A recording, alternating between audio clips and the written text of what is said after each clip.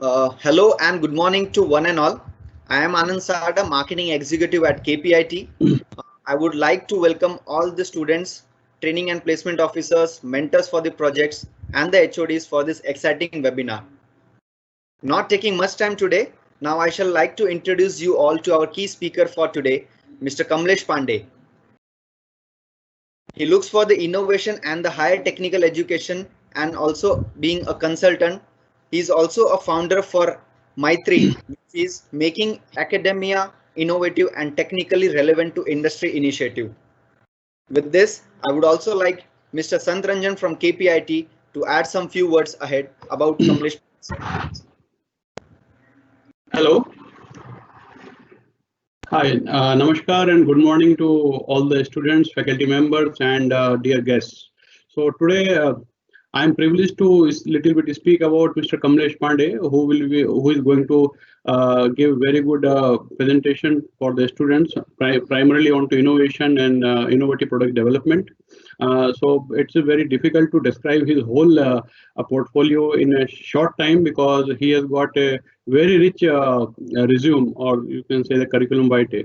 So primarily, if I just want to keep some special points, so he's a postgraduate in mechanical engineering from IIT Bombay, and he has been associated with technology development and product development right from the beginning. And also he amalgamated his technology development and product development with innovation. So that's why our today's title is Innovative Product Development.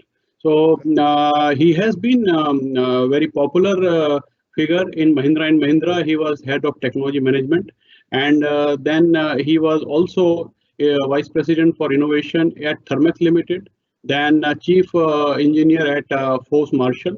These are his career highlights. In addition to that, he has been always uh, he has always advocated for the academia industry collaboration. So that is a very important part from his side, which is actually relevant to all the students and the academia in India. So he started one foundation called Maitri, where which actually means is to how we can come near to academia and industry. Like academia should be able to deliver, which is actually needed by the industry, not like that purely onto the theoretical side or purely onto the lab side, which is inside the books. But yes, what industry needs, that is very important. So he's this program. He is as He has started with the, you can say, the type of internship, not internship, but a type of experience for the faculty members inside the industry, so that they are able to understand what they want. In addition to that, he has also been involved in many of the initiatives by Ministry of Human Development, India.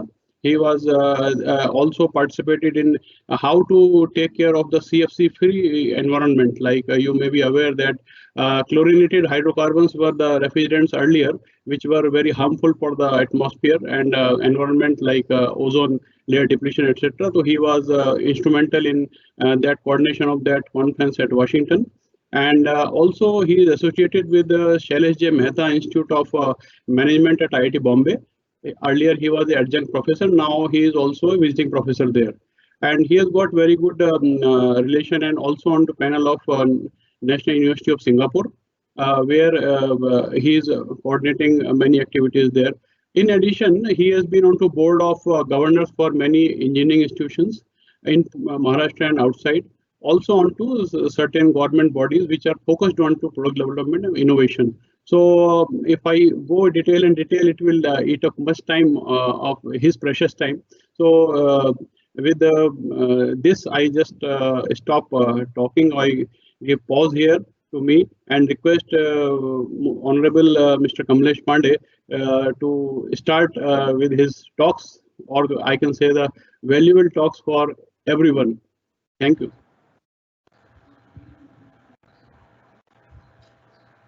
Kamlesh sir, your mic is muted.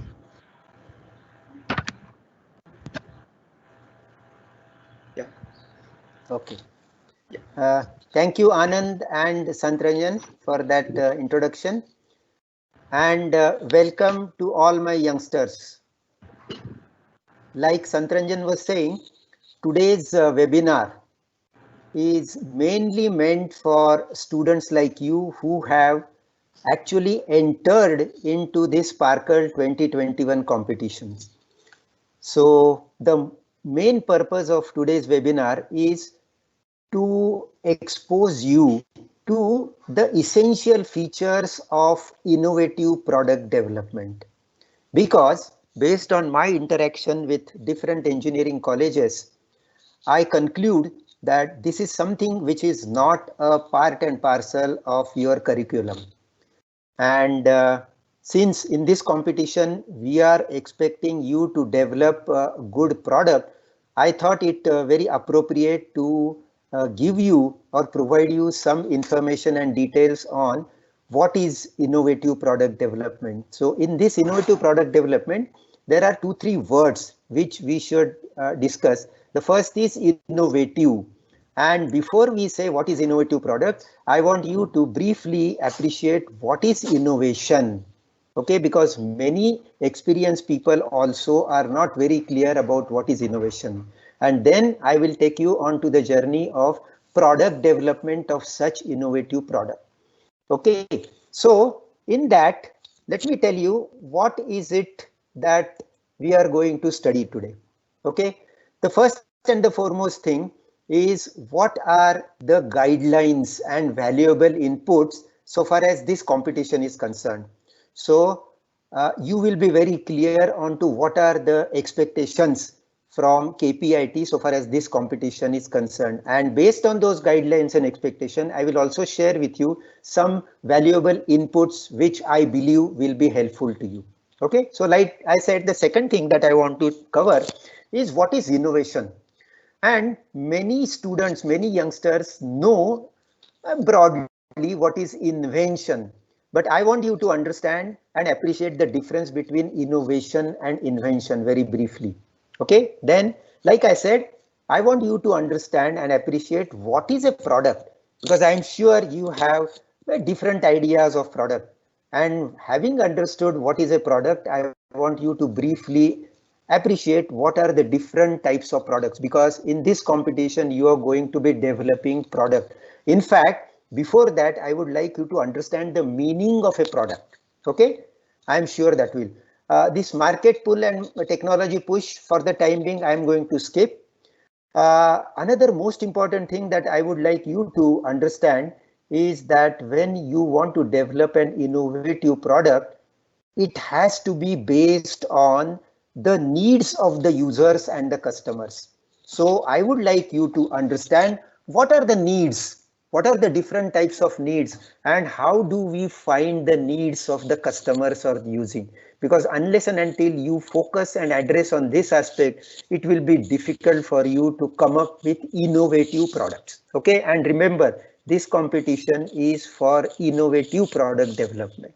Okay, then having understood that, I would like you to understand what is product development, because engineering students are not really familiar with product development.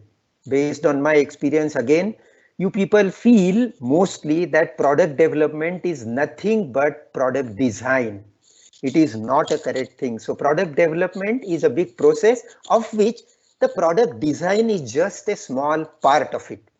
Not only that, but next point, if you say design, you know, you must appreciate what is the new scope and definition of design. It hasn't remained the same that was there last 5-10 years. So this has undergone a huge change. So I'm going to tell you what is the new scope of design. Okay, and then if I have time, this is one thing based on my experience, that in engineering colleges, at whatever level you deal with product design and development and other things, you people excessively focus on technical or technology related aspects.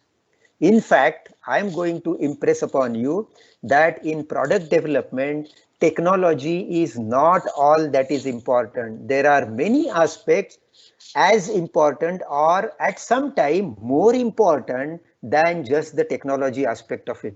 and those aspects are covered and collected in what we call as business model. So you must, if you really are interested in product development, you must quickly appreciate the importance of non-technical aspects also. Okay, so that's the reason I'm saying that.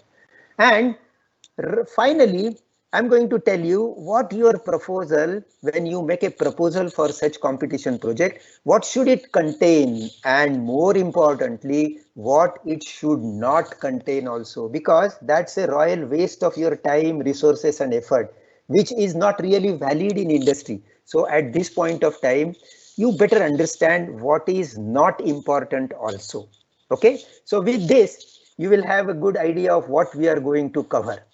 So let me start my presentation now. First of all, again, I want to drive a point that this is a competition for innovative products. Word innovative is underlined. Okay, and I have now introduced a new word in addition to products, and that is processes also. So when we define product, okay, we will come to this point, but right now I want you to appreciate that when in industry we say products, the products include processes and services also. So this is a new input to you, that product strictly is not covering only products, but it encompasses processes and services also. And we will come to what is processes and services. Okay, so let us see first what is meant by innovation. If you see, there are many definitions which theoreticians have also given, but I'm not going to cover the theoretical definitions. Since we are going to be doing things practically, let us look at practical definition and practical meaning of innovation.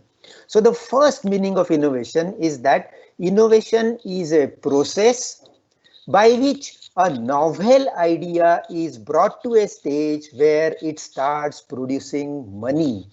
And underline 2-3 words. It is a process. It's not an event. So the process starts somewhere and it ends at some different point.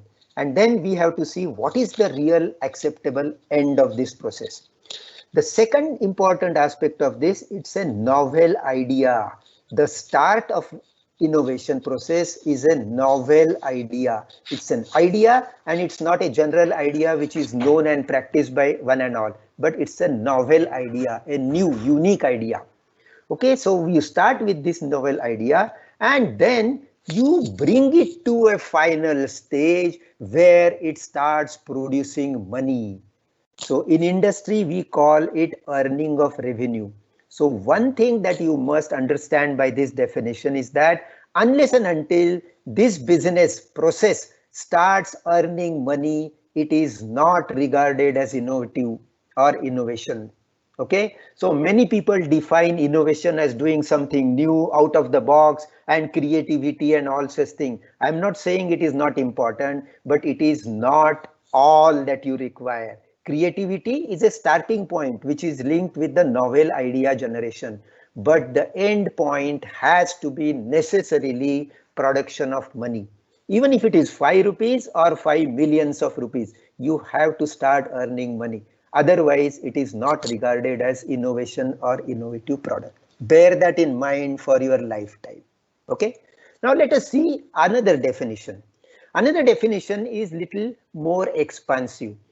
Now it tells you how this idea generated is taken to a stage where it starts earning money. So this definition says it's a process by which ideas are generated, developed and transformed into new products, processes or services that are used to create marketplace advantage and make a profit.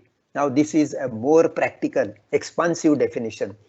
First of all, let us say, make money means what? Ultimately, commercialization of product, starting to make revenue, is nothing but making a profit. When you earn profit, only then you start earning revenue.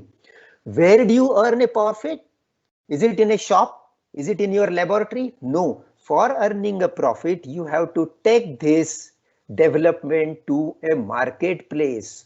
And that is where you have to meet the customer and the users and make sure that you sell it to them, and by selling those you make a profit, which is nothing but a revenue earning. Okay, so that's the final end point of that. Now, how do you take these ideas to the final stage where you start earning money? So there are different stages or steps. They are, first you generate the ideas, and these ideas are necessarily based on the customer's needs. So you have to do some need finding. You have to meet customers, discuss with them, interact with them, and find out what are their needs, which we will come to later. Then having done this, then you start the development of product. We will see what is this process actually, the technical process. And then this is transformed into new products, new processes, or new services. Do not degrade the services part of it, although there may not be a impact of technology, but development of services is very important. In fact, India is doing really well insofar as developing innovative services are concerned. The services are nothing but in service industries, and we will come to them. So different industries will require different. In your proposals also, which you have submitted, I find very pleasantly, and I'm very happy that everybody is not focusing on products. Some students are indeed focusing on processes, and handful of them are really working on services. It's a very good idea, but you must know the difference between product, processes, and services, and that when in industry we say product, it means products, processes, and services. Clear? So have this idea clear in your mind.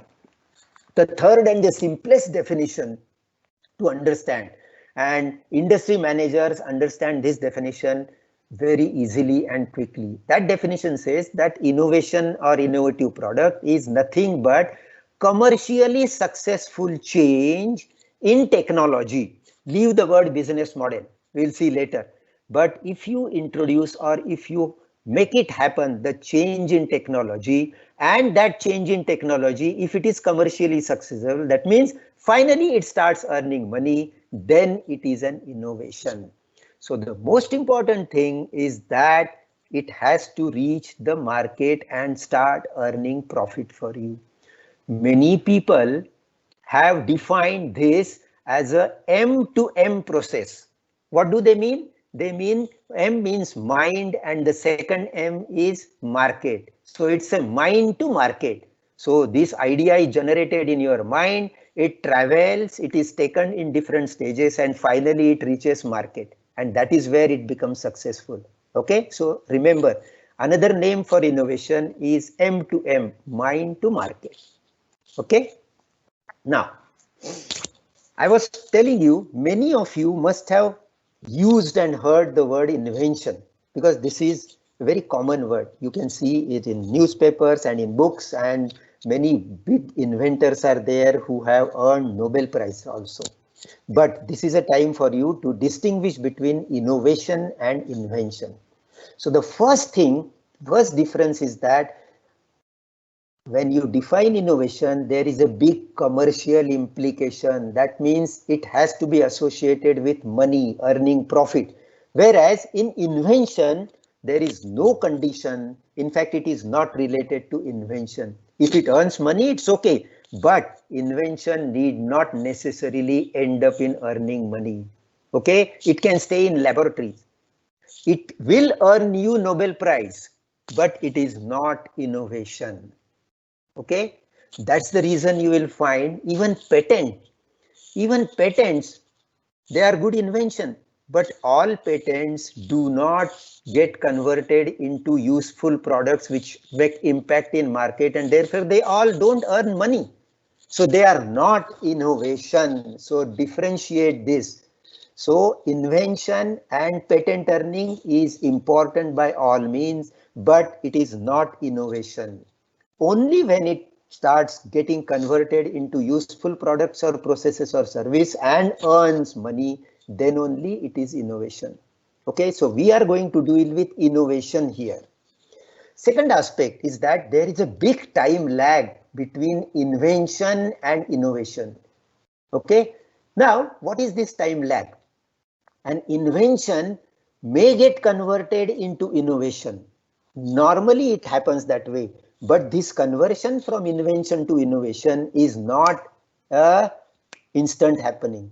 Okay, and the second thing that you must understand is that one invention can result into many innovations, or many inventions are known to have resulted into just one innovation.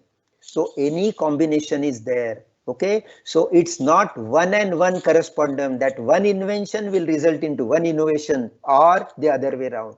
So there are many examples which are, and I would encourage you to now go to Google or general information and you will find hundreds of examples like this. Okay, so appreciate this. But coming back to this time lag, this slide will tell you how much of time lag it is there when an invention gets converted into innovation. Take an example of radio. The figures are very self-explanatory.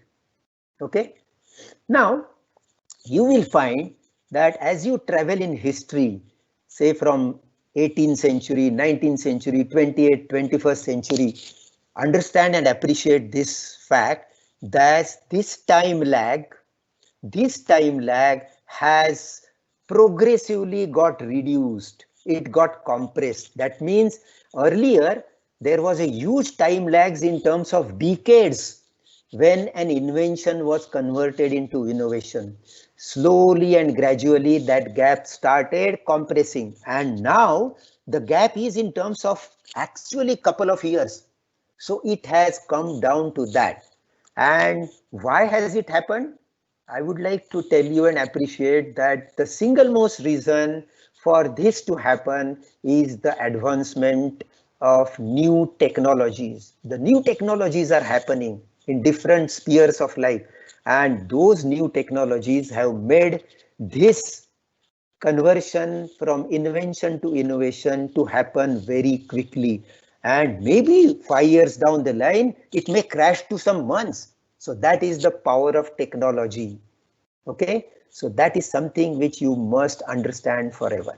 Okay, I'm going to be a little faster, and if you want any additional information, please ask a question, and at the end of this session, I will try my best to satisfy you. Okay, but if you feel that I'm going faster, that is the time you please interrupt me and I will explain it to you. Okay, now, as I said, if you are doing product development, product design, are you clear about what a product is? You must understand the definition of product, which I'm sure you're not taught in your colleges. So the new definition of product is very expansive. That means it includes many, many things that you might not have even thought. It has a very broad meaning. Okay, so what is the first and the simplest broad meaning? The simplest meaning of a product is it is anything or any means that satisfies the needs of the customer. Customer is the king. He defines what is the product. He defines what I want. And your job as a product developer is to meet his need or to devise or develop a product which satisfies his need.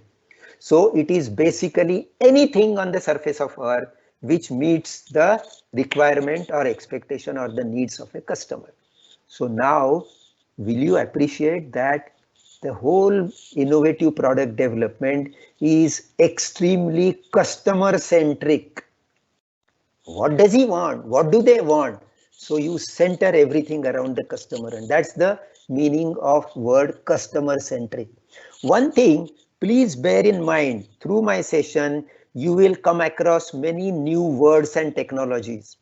And if you are going to be involved in product development, later in your career, you will hear these words, okay, day in and day out. So that time I don't want you to be foxed completely. What does that mean?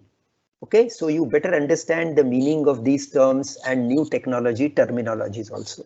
Okay, so by this definition, scooter, toothpaste, medicine, ink, ball bearing, pumps, boiler, these are all products.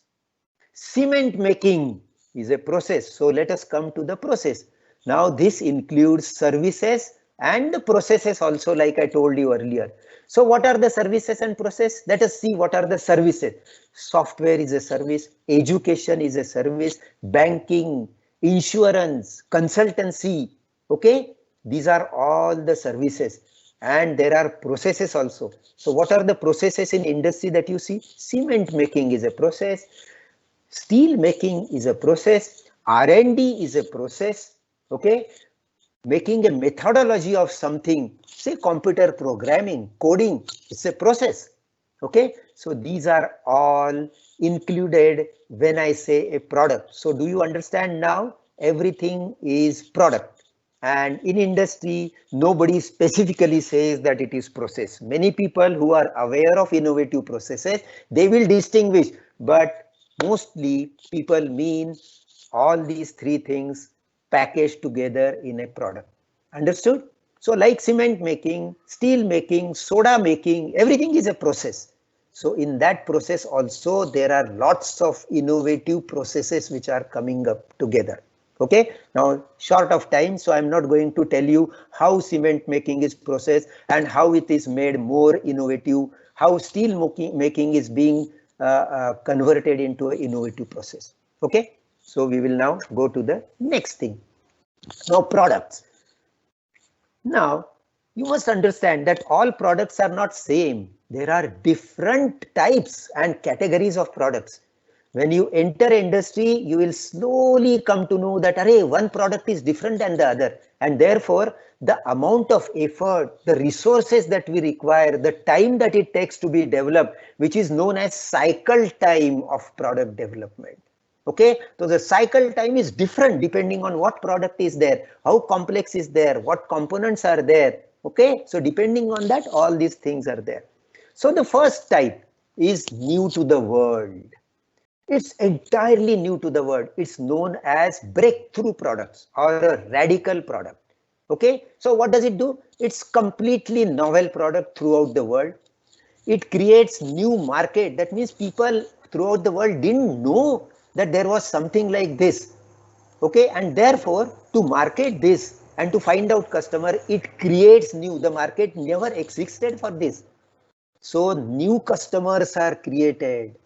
Okay, so like say for example Apple, very good example of this thing. So it is regarded and it created new market. Not only that, but whatever market was existing earlier, this new invention or innovation disrupted that entire market, and therefore such products are also known as disruptive products or disruptive innovation. So some new terminology. Okay, and generally, if not all, something like close to 70 to 80% of such entirely new products are basically technology oriented products. The starting point is technology. Okay, we will come to that briefly, but this is where the technology plays a role. Okay, although I said technology is not end all of everything because there are non-technical aspects, but when it comes to this kind of product, generally it starts in the R&D lab. So it's the technology which pushes this product. Okay, another product is new to the company. What does it mean? It's not entirely new to the world, but different companies are doing product development, innovation. So in that company, it is the existing product, but new additional feature, technology, new market, maybe some specific market it was being sold. So now you cross that market and go to the new market, which was never tried. So all these techniques are existing product, but new technology or new product, new market segment. So that is a product new to the company. Okay, there are then lower level of product, but nevertheless very important and very, very essential. There are some things which are product developments and product improvements and product revisions. So the details are that they are current products made better, say improved performance, improved looks, improved energy efficiency, improved reliability, and so on and so forth. So if you improve some feature which is making impact on customers and it changes the buying pattern of a customer, it is known as this product improvement. And indeed, there are many companies who make huge profits on product improvements, depending on what is the customer wanting, what sort of new technologies are there, and how I can incorporate those new technologies here. And forget about this. But another product that you must understand is, apart from all these things, there is what is known as customized product. That means they are made very few in number, not for a general market, but for specific customer, highly customized, very few in numbers. There are some automobile companies. I'm not going to tell you which are the handful of automobile companies world famous which make customized products, and their price is unimaginable. So there are only handful of people who buy. They come up with only 3 models. Okay, so this is one example of customized product. That means they will make entire product to suit the requirement and expectation of that particular customer or that set of customers, which is not more than 5, 10. Okay, so those are the customized product. Although at this stage you are not going to be doing that, but later I want you to appreciate this, that this is also a product.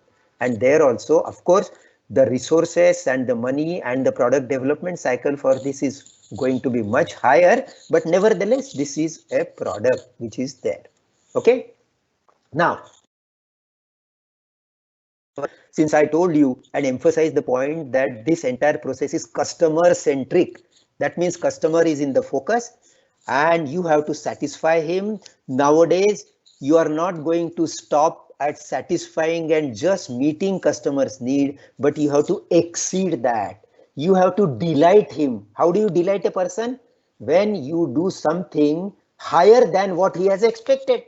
That is the time he is delighted. So customer delight. Okay, so customer.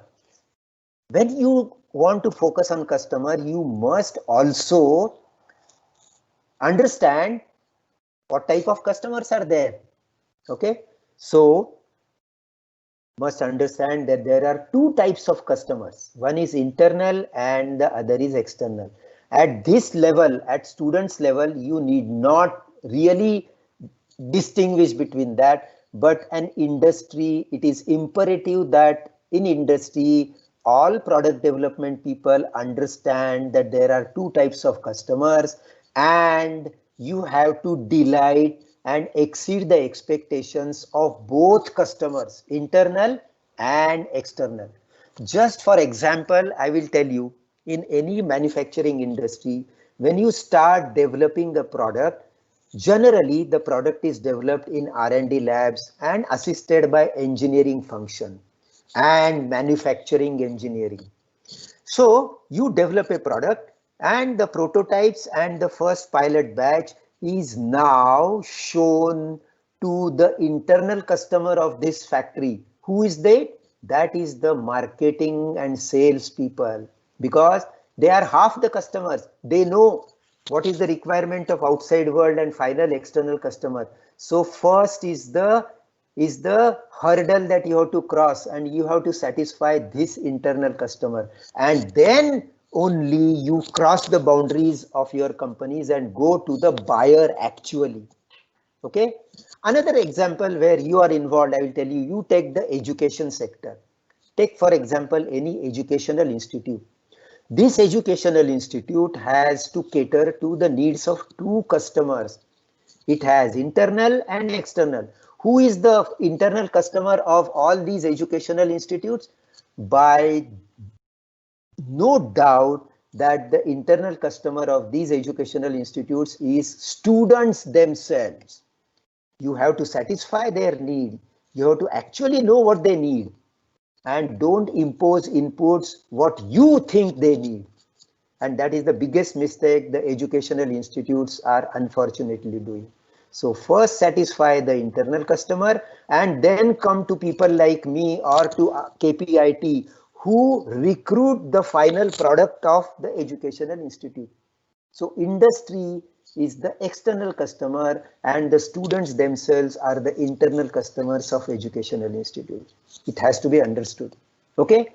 Now, then, so this internal marketplace is nothing but the internal customer. Okay. Now, what is the other most important thing? The other most important thing is that having identified the customers, you have to make sure to understand their needs, because your product has to be designed around his needs. So what types of needs are there? One need is very obvious need that anybody can say, this is something that he needs, or this is the need of the market. But this is only the run-of-the-mill product that you will be developing. So if you are really interested in developing an innovative product, you have to go 5 steps further and find out what are the latent or unarticulated or unmet needs of the customer. And in order to find this, you have to interact one-on-one, okay, with the customers. And there are many techniques which will come. So first I'll tell you latent needs or unarticulated needs. What do they mean? You know, if you meet with any person wanting anything, 90% of people who want something, they are not clear about what they want. They cannot express themselves. They cannot articulate themselves as to what they want. Exactly. All they think is, yeah, this is something that we want and all such things, but they will never be able to articulate and tell you, express you very clearly that you want this thing. So the best way is to interact with them through various techniques and know from them, articulate, let them articulate and help them to articulate what they want. And one of the best and most effective ways is that take a drawing or take a simple prototype of any material and show. And I can tell you 60% of people will say, हाँ, this is what I wanted. इसी का मैं इंतजार कर रहा था, but मैं बता नहीं सकता था आप लोगों को मुझे क्या चाहिए. लेकिन if you give me this thing, these are some of the things that you will learn. Okay. Another technique is interact with the customer with a questionnaire. That is what is known as voice of customers. Okay. So take from them and generate and help them to express their needs. So these are the latent, that means they had these needs all this year, but they were latent inside their mind. Nobody cared to bring them, help them to bring them out. Another need is unmet need. There are many unmet needs of customers. Have you any time care to find out what are the needs or what are the expectations that people have not met? Don't ever commit a mistake of making an assumption that, oh, big companies are there, they must have they must have had this product for this customer. No company can meet all the needs of our customers.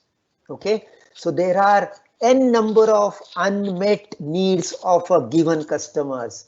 Okay, although they are buying the product of an excellent world-renowned company, but there are definitely a section of unmet needs. So those unmet needs are also to be found by interacting with customers. Okay, then there are unserved or underserved markets. That means a simple product, like say for example, I will give you energy foods like Complan and so many things.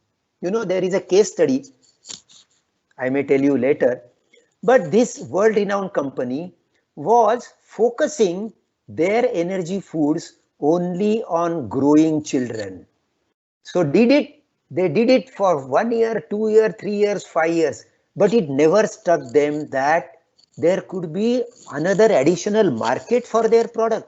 And then when they focused this attention and went and found out, they said, Hurry, there are many people who we have not really checked what is the additional market. And then they found that athletics are there, pregnant mothers are there, elderly people are there, for whom, since they are experts in energy foods, with little bit of picking up, new developments, they can serve this market additional, and then they could slowly increase their market. And that is where non-technical innovation will come, because you really don't need any technology here. It's a market related. So that is where I saw the new word business model. How can you model so far as your business gets expanded? That is also an innovation. So don't underestimate this part of innovation. I am driving into you again and again that technology alone doesn't lead to successful innovations. Okay, there are at least 100 examples where there was no technology at all, but still it was a disruptive innovation, first in the world innovation.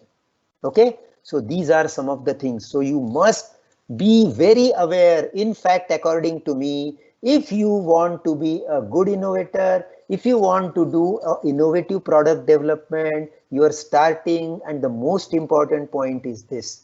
Otherwise, if you do anything and you think that this is good, my teacher has told me and I'm fascinated with this, I'm interested, that's okay. But the final point, yes or no point, is does any customer want it at all? However small or big it is, in however small number it is. The biggest advantage is that if any customer is wanting that, the commercialization of this product, which is the end point, becomes so easy. The probability of your success of earning revenue and making sure that it is indeed a commercializable product is much less in the beginning only. So why not do that and spend more time in this, so that you are required to spend only 50% or even less over the final thing. Okay, now need finding. Now I'm not going to explain this, just read this slide, and if you have anything that you have not understood, ask me at the end of this thing. Okay, so these are the advantages of need finding.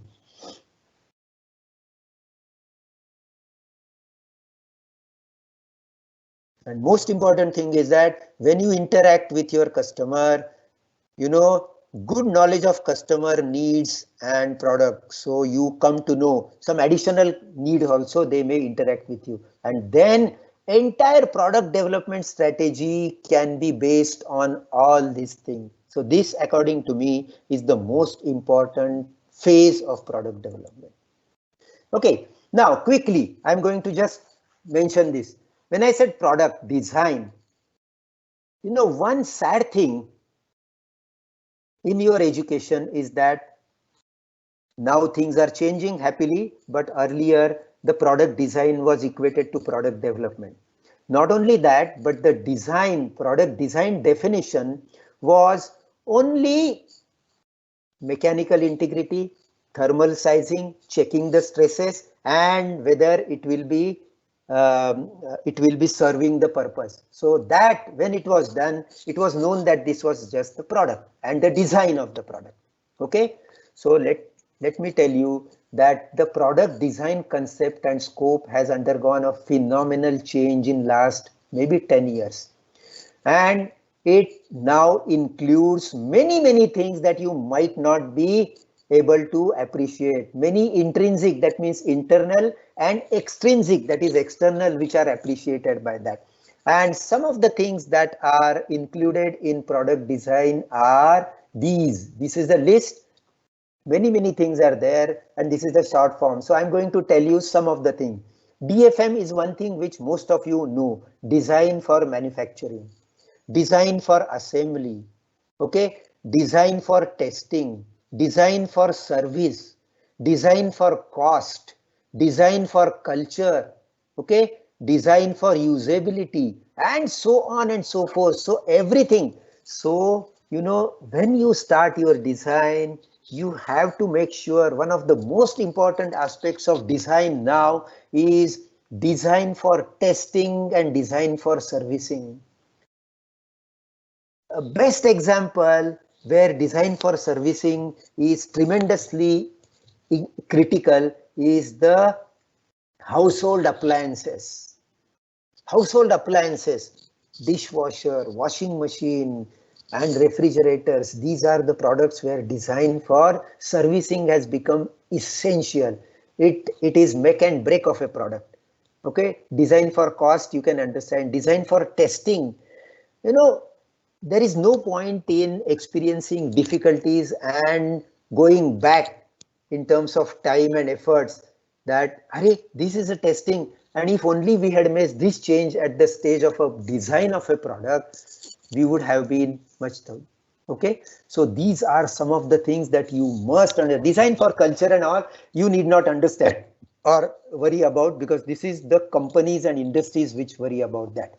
Okay, so design for energy conservation, so design for efficiency, these are some of the important aspects of that. And you know, when you actually design products for industries like pharmaceutical, medical, automobiles, there is additional important feature that comes as design for regulation. You have to satisfy the regulations. Unless and until you do that, your product cannot come into the market. The first thing that the customer will ask, has it got the okay from the regulatory authority? So you must have the knowledge of that before you start a product to be developed for industries like this. Later on, you don't have any excuse. And I have seen many youngsters wanting to design a product, but not really worrying about, is there any regulatory aspect in that? If not, okay. But if it is there, please, for heaven's sake, do not neglect that. Now, on the top of it, the design is now very important aspect of that is the product design. Many people, AKA means also known as industrial design. Many people call it aesthetic design. That means the looks, aesthetics. How is the finish? How is the look? Does it impress people? Is it very wonderful to handle that? The looks of it. So this has become a very, very important and crucial factor of product design. And that's why many institutes and all IITs have long back introduced a industrial design department. Say, for example, in IIT Bombay, one of the few earlier IITs where industrial design center is there, and there is a postgraduate course where all these aspects are there. Kanpur IIT, Delhi IIT, you take any IIT and many institutes, MIT in Pune, they have different departments and schools on this. So that tells you the important. And when you devise a product, okay, and I can tell you something like 60 to 70% of the products that you design are essential to be looked at from this point of view, especially in home appliances. Product design is occupying the topmost criteria. You know, many housewives, many people buy household appliances not on basis of performance. If you tell them that this is energy efficiency is only 60%, they don't bother about that. They don't even know what is the life cycle cost of that. All that they and the housewives say, how chic it looks, how impressive it is for my visitors. Whether I can put it instead of kitchen, I can put it in my hall, in dining room. These are all the considerations. Automobiles also, you have to get impressed by its looks. So product design, and I will urge you to not neglect this factor when you design a product.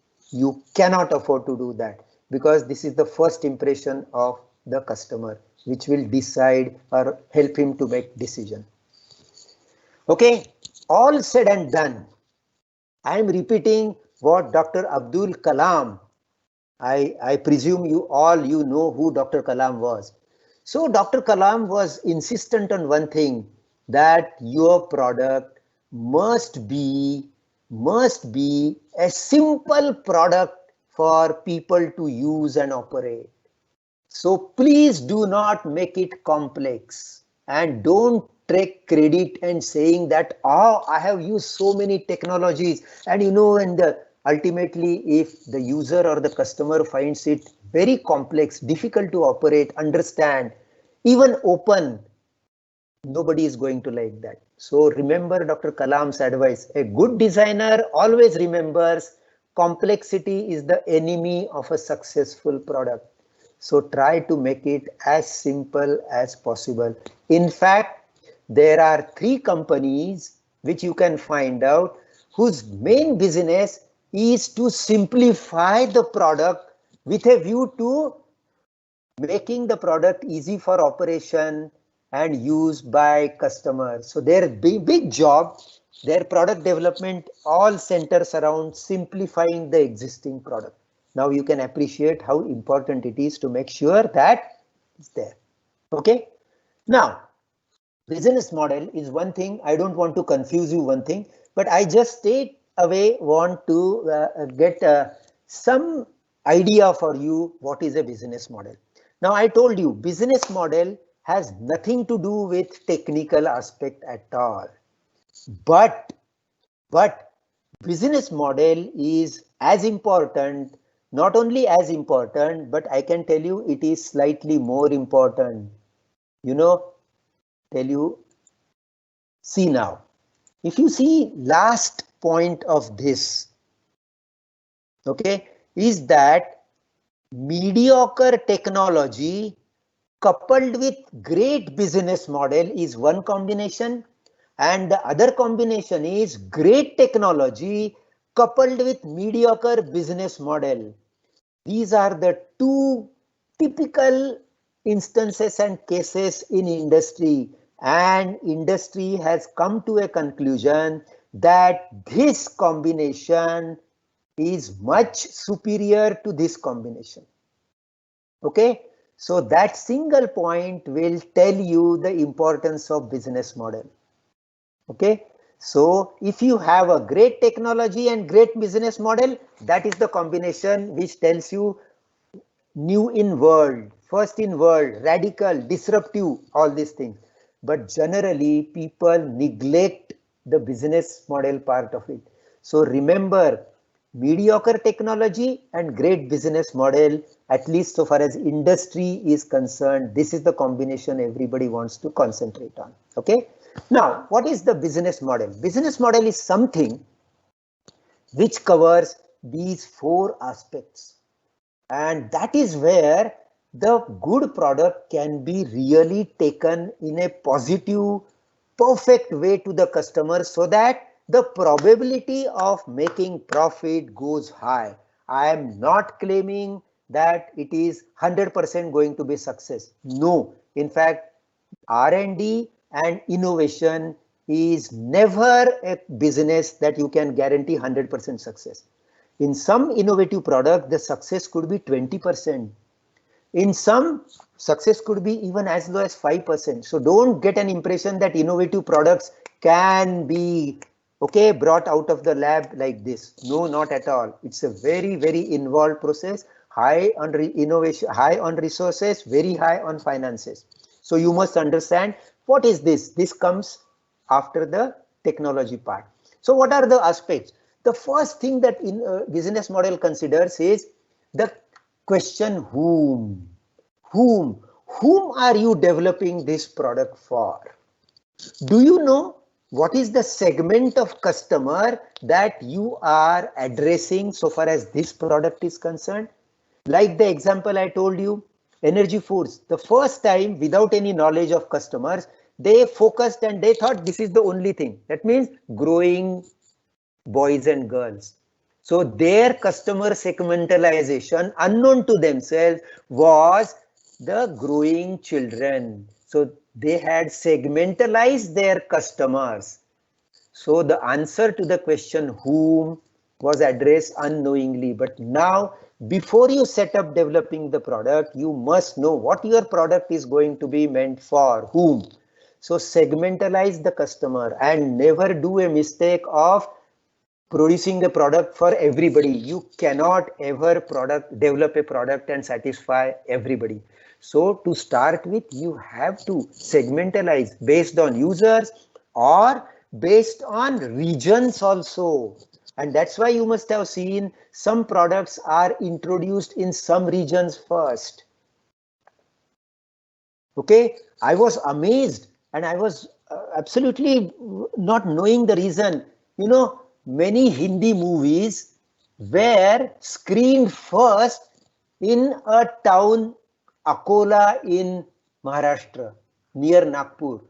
And initially, I never could understand. I said, what? Bombay, Bangalore, Pune, Hyderabad, they are leaving all these things and they are only screening this thing first time for 3 C grade town as Akola. Now, after I studied this, I could understand this was a part of customer segmentalization based on region and taste and other things. So, answer the question, whom? Then second, in fact, I should have put this as the first. This is the most important thing. The most important thing is the question, what? What is this product going to do? And this is known as, remember this word forever, CVP is the customer value proposition. What value is this product or my process or service going to add to the customer? Is he going to say that it is really valuable for him and that's why he is going to buy that? So customer value proposition is the first thing. What value the customer is going to add to this product? So what is your proposition? What are you going to do? So in next slide, I am going to tell you some examples of customer value proposition. Okay. So again, the first most important part of business model is what. Then second thing is how, answer to how.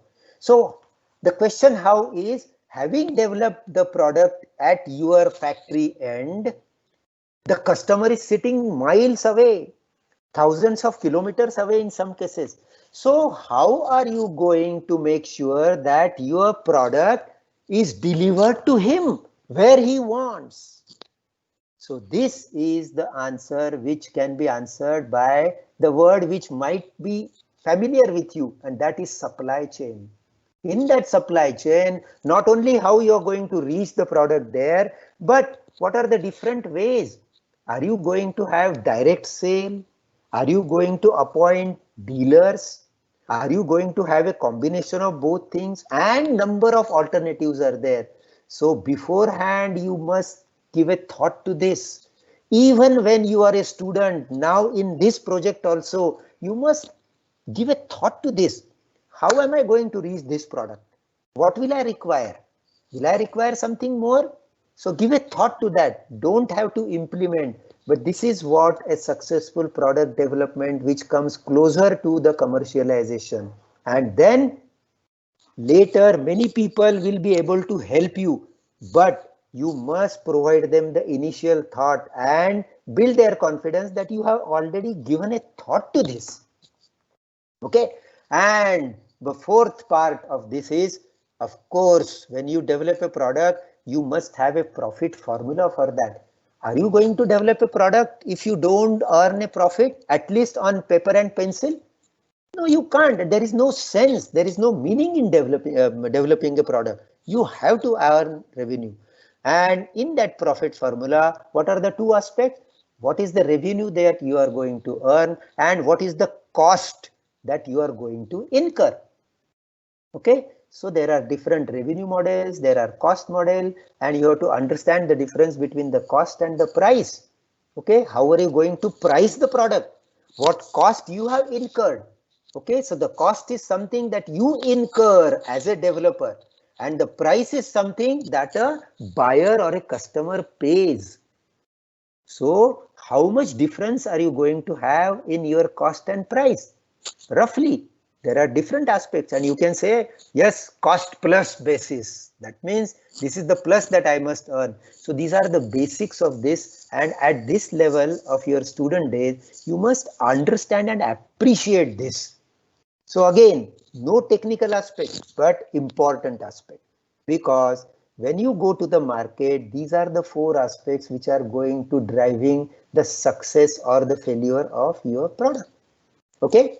Now, what are the different value propositions? This is some list of things which is not exhaustive. This is not all. This is some simple thing which I thought students like you could understand. So if you build in such features or your product takes care of these features, okay, or aspects, you may say, you may expect that the customer will, but which out of this you have to find going back to the customer needs finding, and then you can maybe some needs of customer. Are you following? Are you solving the needs of customer? And that's why I have coined a term solution engineering for you. That means your engineering doesn't have any meaning when you actually do product development, but it should be the solution engineering that you should. That means it's a combination of all disciplines of engineering. Remember one thing, in your innovative product development, don't boast of your degree in mechanical engineering and your PhD in material science and other things. Sorry, industry is not worried about your thing, but industry respects your qualification. Okay, and that is where you have to earn a multidisciplinary view and use all the knowledge of your multidisciplines to provide a solution to the customer. Ultimately, that is how your usefulness of your degrees and the knowledge that you have earned your educational institutes will come to the test here. So it's the solution engineering which will help you in doing that. So is there any newness? Is there any novelty in your product? Is your product giving you higher performance? Okay, that means its efficiency is higher. That means you produce the same output and you require much less input. Okay, energy efficiency is higher. Is your cost low? Is there no risk at all? Okay, is there any energy conservation reduction? Does it look much better? Is it better in quality? Is it easier or convenient to operate and use? All these aspects could be the value proposition. So you can, depending on your needs of customer or your knowledge, you can add these things and number of things, but one or two or combination of n number of factors could give you the value proposition which will compel the customer to buy that. So customer has to be convinced that yes, this product, this process is adding value to what I am doing, and therefore I am ready to shell out some money and buy this product. That is the end of that year. Okay, now stages in product development process. When you come to process, there are some stages which I am sure you have followed, but without much knowledge in that, without appreciating the importance of that and where it should be there. So I'm going to quickly run through this. Okay, now I'm going to tell you a simplified process for you students. The first, as I always say, need finding. Second is, based on the need finding, generate some ideas. Like, in order to fulfill this need, what are the different ways that I could meet this end objective of satisfying the customer need? So there are, you can read people, you can discuss with this, you can form a team, okay, brainstorming, and there are different things. So, but you don't have to worry about at your level. Just discussion and brainstorming and going through the literature is good enough. So generate. And my advice to you is, if you develop a product without considering the alternative ways of doing the same thing, you are not going to be doing a good job. For every one thing that you want to do at all stages of your life, there are at least 5 to 10 different better ways that you can do the same thing. And it is your duty at this stage to systematically find out what are the different ways. Are there any different ways? Don't argue that this is the only way and this is the only best way of doing that. You have not done a job. So alternate ways of doing this. Okay, alternate ways there are at least 5, and then you decide which one is then you argue with yourself, your colleagues, okay, your advisors, and then make an informed decision. Then it will be, probability of its success will be much higher. Then concept development, you have done all exceedingly well. I have seen all your proposals and you have done real good job. Modeling, see, if you want now CFD, you people are really experts in your modeling. You have wonderful knowledge of software and you people end up doing this exceedingly well. our generation is not as expert as you people are. So about this aspect, I have no doubt. Then how are you, if there are n components, how are you going to assemble them? Have you given a thought? Have you given a thought to the detailed component requirement? And once you do that, this is an aspect which is important. Okay. Are you wanting to fabricate something in your lab, in your workshop with the help of something? Or very, very important decision is, have you really gone and expert in the market? Okay. So exploring the market, and as many components as they are available, you have to buy. Don't spend time and don't do additional work. So this is what is known as bought out items. Use bought out items, and electronics people do this the best. They are the fastest people who explore the world market and find out where there are ICs are available and quickly get that. So non-electrical people also should follow their model. So bought out items. So buy as many items as possible because they are quickly available, and then fabricate and make only those items and components which are not available. So that is something which you should do. This will lessen your cycle development time. You can quickly go to the final M, that is the market. Okay. Then I cannot overemphasize the importance of this phase. In fact, you must come to this phase as early as possible and make as many prototypes as possible and make as many times as possible. Okay, but fail early.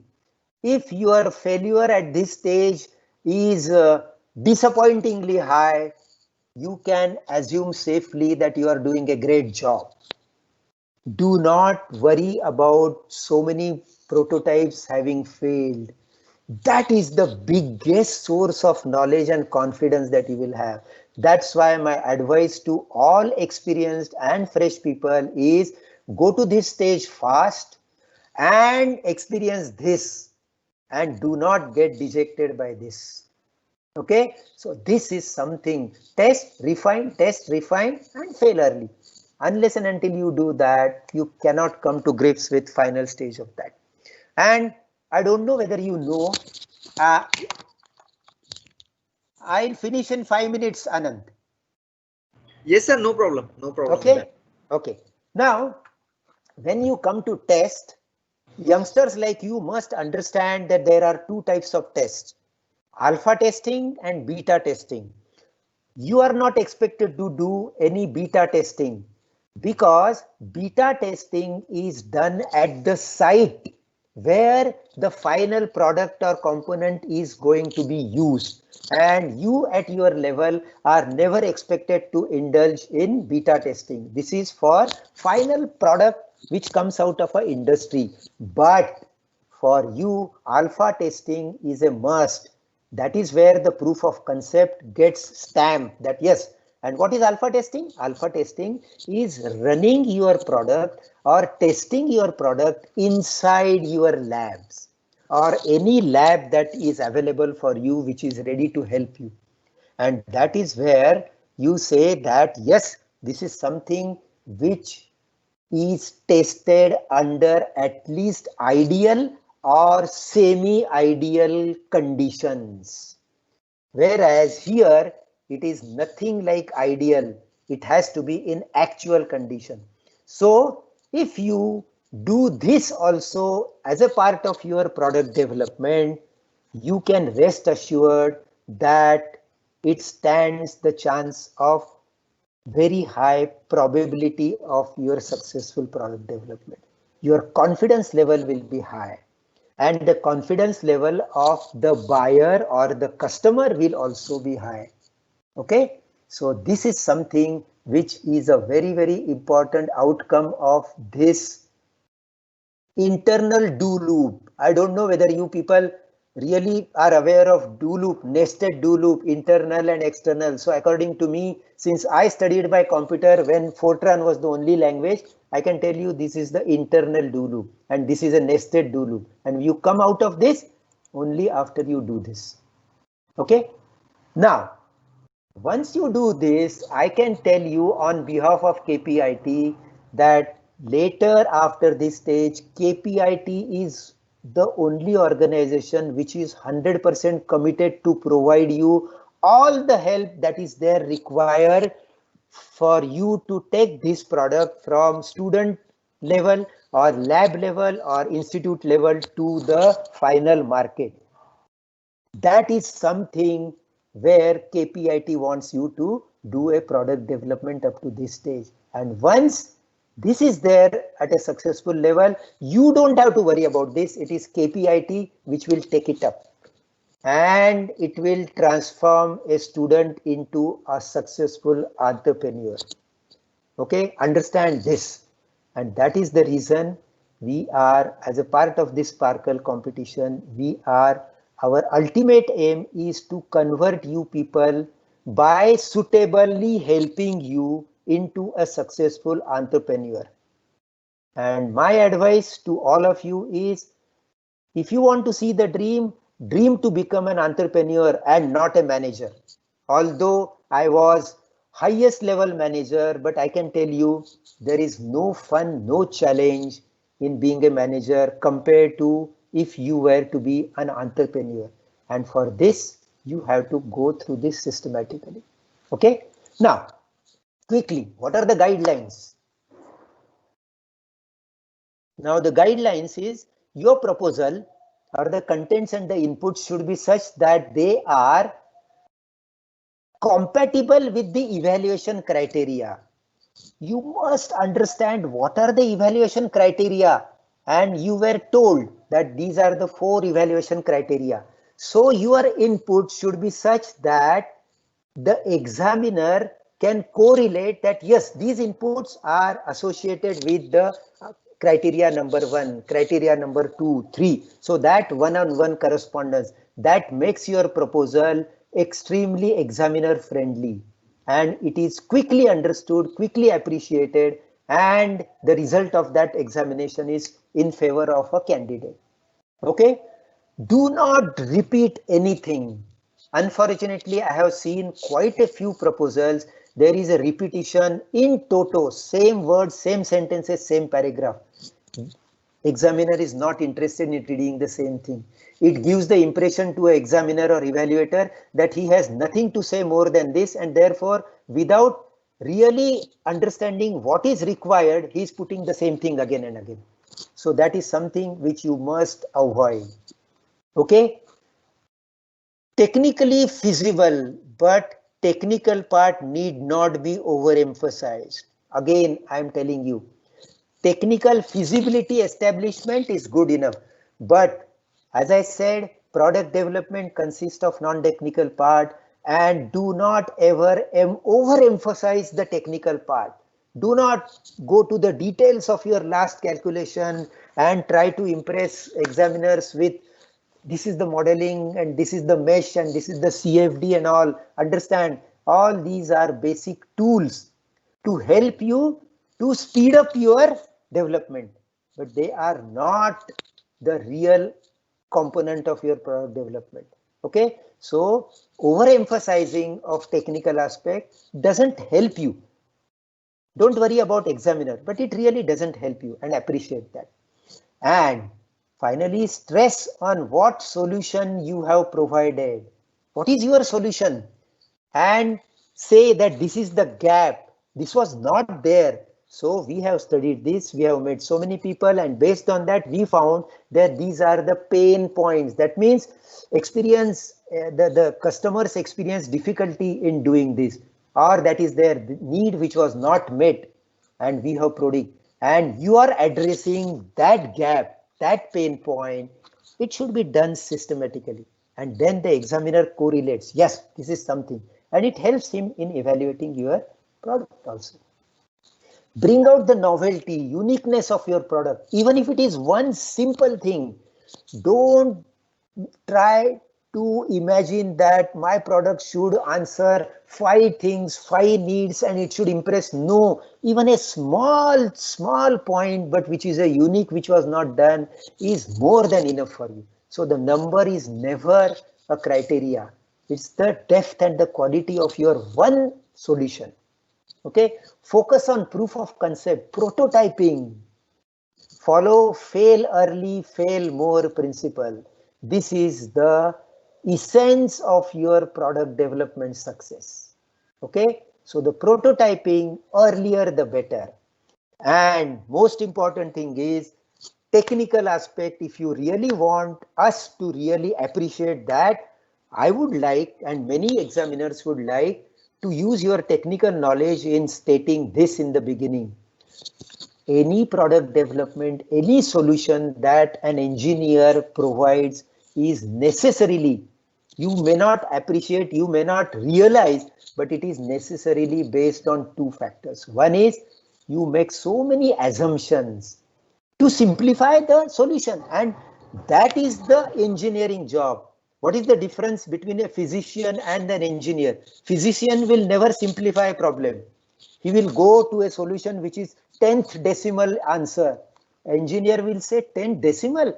I am not even worried about whether it is 55 or 65. I will say the range is 50 to 60 and I am going to devise my product for this.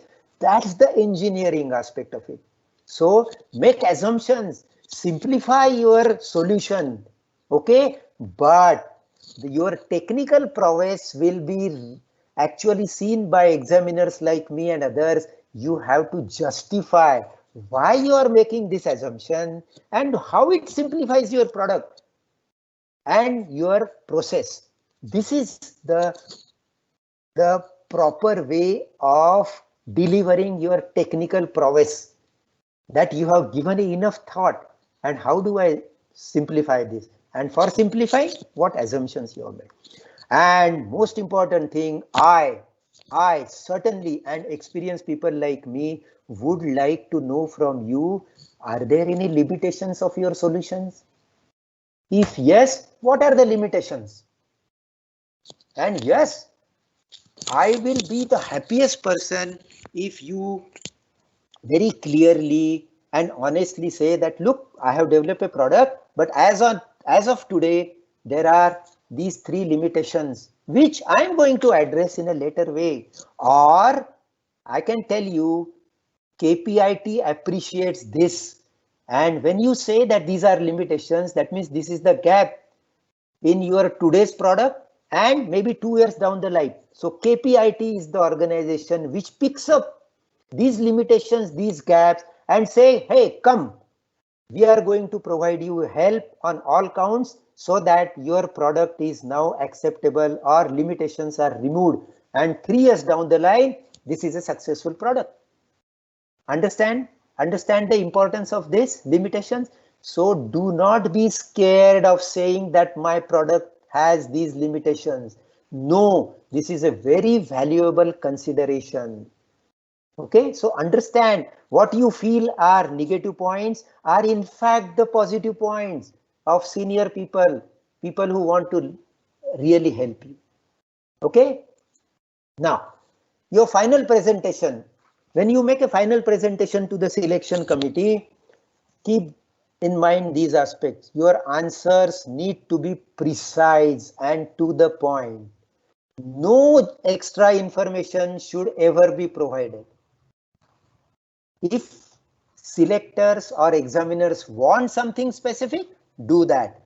Biggest advantage is that you will save yourself. The more you talk, the more you are trapped. The more your examiners get pointers to asking you and pinning you down. Don't give them any opportunity. Say precisely to the point whatever was there and what I have done. If examiners want anything, yes, these are the things. Extra information. Okay, admit very clearly and honestly if what is asked was not done. Okay, say that yes, because of so many difficulties, we couldn't address this, but we are well aware, we appreciate that this is there. And especially this year, you have all the reason and justification, because we all appreciate and we sympathize with you that you have lost precious 3 to 4 months where you could have gone so ahead of this thing. Because of the COVID situation, we understand that. So do not say that, in spite of this, we did this and all. So don't. Don't start beating your chest. We all appreciate. Okay, so you are not expected to know and do everything, and be very clear that sorry, I don't know anything about this. I have no idea, but maybe I will do that sort of a thing. So admit, I can tell you, nobody of us expects you to know each and everything. Okay, so be fearless, and it will not sort of take you down the selection list. Okay, another thing, project yourselves as team. Let everybody speak.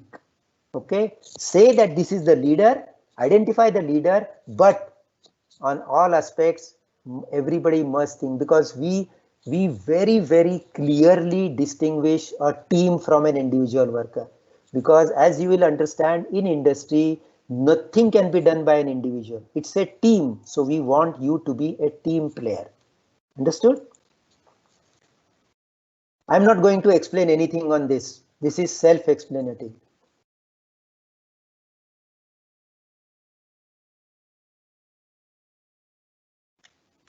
Very important aspect.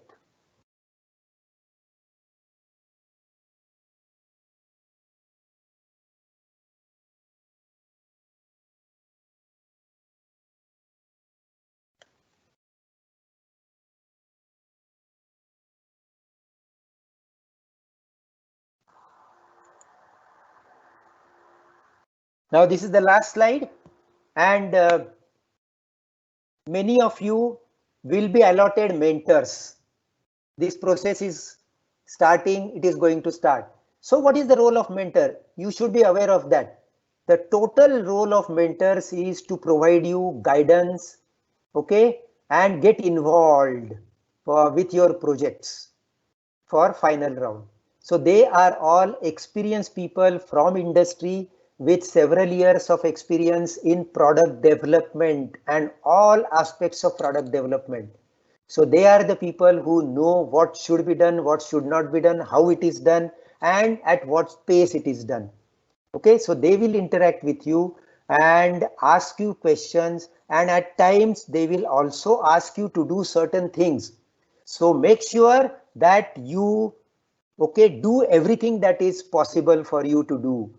Okay, they are the people. Don't get into a sloppy mode, because what they are wanting to do in whatever time frame they want, that is going to be of tremendous help to you. That is with the intention that you should do your best so far as your final selection by the juries is concerned. So those inputs are very valuable. They are extremely useful for this. So follow their advice in toto. Okay. Do not hesitate to get in touch with them, even if it is not the time allotted to you by them. They will all be happy. All that they will say is maybe the time that you expect may not be available, but because I'll tell you, at least half of them are still working. So they have to take care of their own work. So for them, maybe Saturday and Sunday will be there, but on Saturday, Sunday, okay, and do not take it easily, because if the mentors lose interest and they find that the team has no interest, they will withdraw and they will never be the sufferers, but you will be the sufferers. Nobody wants to provide any inputs to sloppy team, a team which doesn't show enthusiasm, the team which is not serious. So by all means, make sure that your mentors are there and their interest is retained. You can do that. Okay, so they are all domain experts, product development. Idea is to widen your horizons. They will be the people who will tell you to do something more. They will be the people who will tell you what is available, which you don't have right now. So, they will expose you to a bigger, higher horizon, which ultimately will be helpful to you when you join industry. So the mentoring is not going to be limited to your project, but you will come to know later in your life that, my God, this was such a valuable help to us. Okay, so they will help you to come up with an innovative and marketable product. This is something which on your own you would find it difficult. So they are the people who are going to be telling you everything about this. Okay, I have finished, and I'm sorry I took at least 15-20 minutes, but I wanted you to be exposed and be appreciative on these aspects. Now, I have finished and I'm here to answer your queries, to explain to you better, and maybe whatever you want to ask. Yeah. Sir, we do have some couple of questions from the students. Yeah. So I will just push on to you from the question and answers tab. One of the students, Avinash, has to say that how to distinguish invention and innovation in early stage of process. Okay, good question. In fact, to tell you very frankly, in the early stage of process, the innovation and invention can be and should be distinguished only based on needs and need finding, because innovation has to be based on the needs of existing customers, whereas invention today need not meet the expectation of customer. It could be an entirely new technology. In fact, today's invention may not or need not have a customer or market today. The invention is such that down the line it may create a market. So it's a market creating aspect. Okay, early in the thing. So in the beginning, the only differentiator is the needs of customers. While if you want to do, in fact, nobody can start saying that I'm doing this invention. Most of the times it happens accidentally, unknown to you. But right from the beginning, if you turn your orientation that I'm going to develop something for the benefit of market, that is going to be the innovation. And if you say that my intention is to come up with new technology, new way of doing this, and I'm not worried about market that it has of today. Later, as I showed you the side, the invention can be and in fact should be converted into innovation. Clear? I'm sure Avinash is convinced with sir's answer. So coming to the next question, we have it from Shreyas.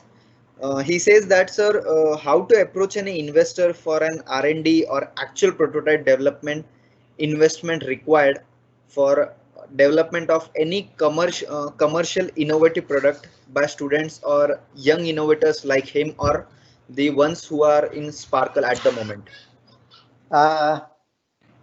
Frankly, at this stage, at Sparkle level, I am saying specifically, you need not worry about that because that is not the intention.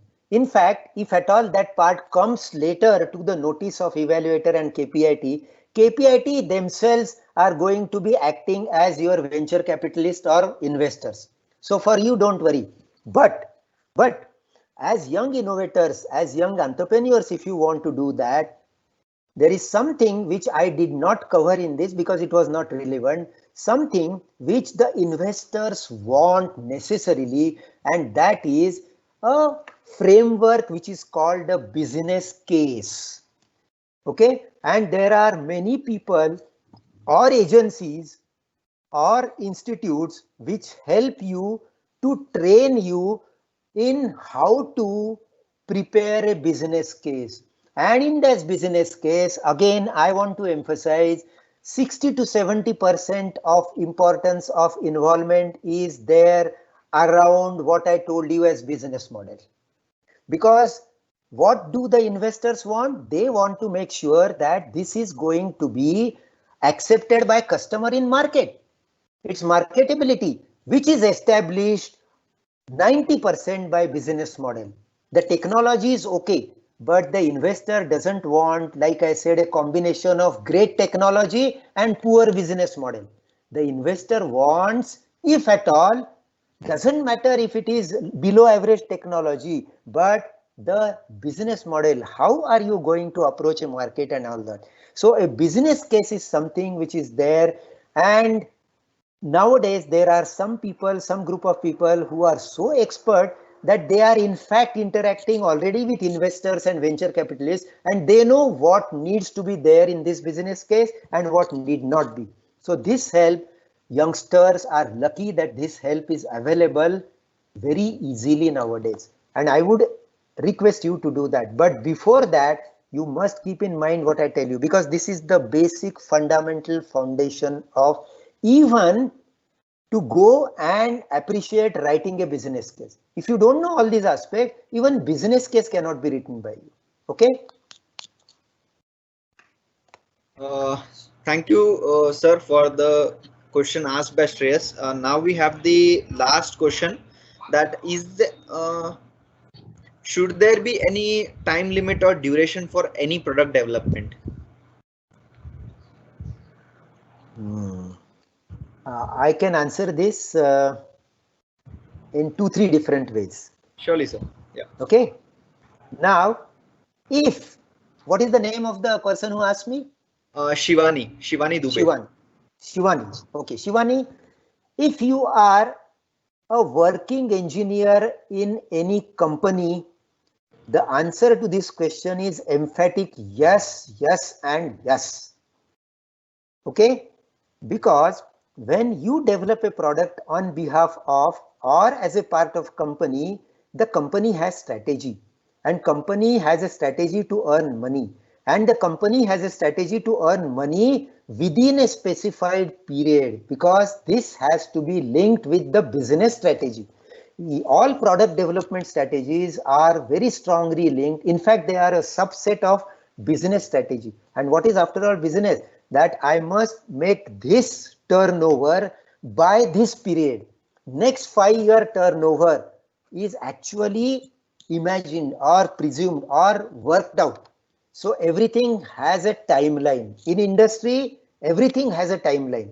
Even a product development, even carrying a test, everything has to be done to suit the product line. Okay, so emphatic yes. Now, when you are an entrepreneur, and if your product is technology based, you are very fortunate. You really don't have a timeline, because nobody knows about such a product. This is going to be a new technology based product, and whenever it comes to the market, it is going to create a market. So there isn't anybody who is waiting for your product. So in such cases, theoretically, there is no timeline restriction. Okay. Now, the very tricky situation is that, yes, you are an entrepreneur and you are competing in the market. Okay. So whenever you are competing in the market, and when your customer value proposition is additional features, improvement in this thing, or taking a product to a higher level, all customer value propositions, mind you that for everything that you are working in market, there are 5 to 6 other, maybe better people, maybe those imitators, and you have to be very, very careful about the imitators, because they are the nastiest people who can throw all your development into dustbin. So in such cases, yes, it is there, and this cycle development of a product is also a part and subset of your business model and business case. It is linked, it comes from that. So the answer to this, as a developer, as a product development, or as an entrepreneur, is yes, the product development cycle has to be there. And in fact, I'll go one step further and tell you, because of so many environmental conditions, advancement of technology, competition and other things, I can tell you, you take any product, any system, the cycle development of that is progressively compressing because of tough competition. There will be another person who will bring something to the market 6 months before you had planned. So this is as aspect of tough competition also. So the answer to this is yes. The product development cycle time, it is definitely a definite timeline for that. Great, sir. So I'm sure Shivani is convinced with both the possibilities. At the moment, these were the only questions, sir, we had. And apart from that, we didn't got any new. Okay. Yeah. So my advice to you is that keep all these things that I told you, and now you have something like 3 months to work on your respective projects, and keeping this in mind, you interact with your mentor, and I think you will be in a better position to appreciate what your mentor says, and you can enrich your experience and interaction with mentor, and mentor also will be happy to know that you know basic features, basic aspects that are involved with product development. So I wish you all the best, and again, do your best, take this seriously, and this will really sort of provide you solid inputs, not only for your competition, but when you enter industry, because whatever role you take up, some aspect or the other of product development you will have to be involved in. Even if it is marketing, even if it is manufacture, you will have to be closely involved. So keep those things in mind, and if you have any further clarification to seek, you are free to contact Anand or Mr. Santranjan. They can forward your query to me, and I will be very happy to satisfy your queries. Okay, so all the best. Absolutely, sir. Thank you very much, sir, for your detailed and very elaborative lecture on this product development. It is not so simple what we understand that developing a product. It has got many important pillars to go ahead and take each and everything seriously. That was the most important message which was given. And just I want to second Mr. Pandey's opinion that customers' latent need should be understood well. At least who is going to use your product, or who is going to buy your product, or whose problem will get resolved. That is the primary thing. So now in remaining 2.5 months, I will request all my young friends to focus on the points emphasized today. And as Mr. Pandey told that he is very much ready, so you can send your questions or queries or some kind of help if you need in understanding something. We will definitely request Mr. Pandey to answer or any kind of support what he can provide to you. And all the best to you. And we had a great session today, and hope Yes. you enjoyed. Thank you very much. Namaskar. Thank Yes. you, and all the best to you. Yes. So thank you so much, sir. On behalf of entire KPIT Sparkle team, I would like to thank Mr. Kamlesh, sir, Santranjan, sir, and all the students who have joined in today. We shall be in constant touch with all the students of top 100 and further. So this is what we have all today with this webinar. And with this, we will call it off and see you all again soon. Thank you so much. Bye-bye. Okay, bye. Thank you. Namaskar.